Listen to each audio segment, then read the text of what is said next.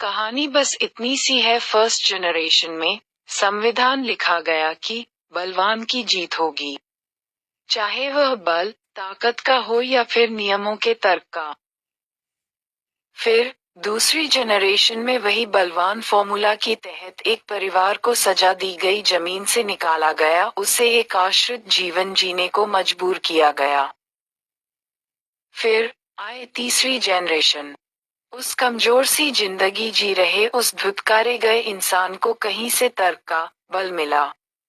भले पूरी दुनिया उसके सामने ताकतवर था, पर उसके पास तर्क का बल आ गया था। संविधान के नियम कुछ उसके हाथ लग गए थे।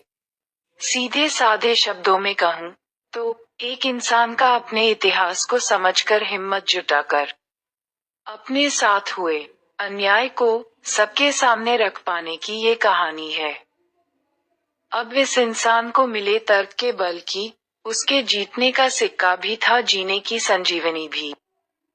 उधर फिल्म वाले चोरी का माल दिखाकर जो अपनी क्रिएटिविटी का जलवा बिखेर रहे थे, सीना तानकर जो प्रॉफिट उठा रहे थे, उनके घर में जैसे रेड पड़ गया। नियम की ताकत के सामने जैसे सब हार गए। इतनी बड़ी ताकत। ये फिल्म वहीं से स्टार्ट होती है। तो दोस्त वरदराजा उस पावर को थोड़ा सा अपनी तरफ खींचना चाहते हैं, इसीलिए बोल पड़े, मेरे कड़े की बदौलत, मेरी रियासत की कीमत पर, मेरे सरदार पद, लॉर्डशिप के नुकसान पर मैंने जिंदा रखा है उसे।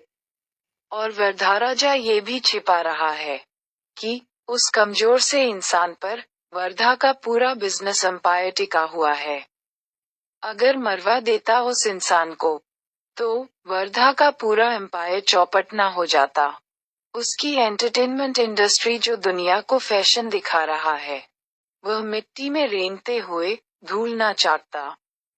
अब वर्धा को ये कौन समझाए, बड़ा आदमी है, उसने जो नथनी पहना है ना, वह हमारी लड़ाई का ही पुरस्कार था। अब नथनी पहनी है तो सर जी करोड़ों में पहचाने जाएंगे।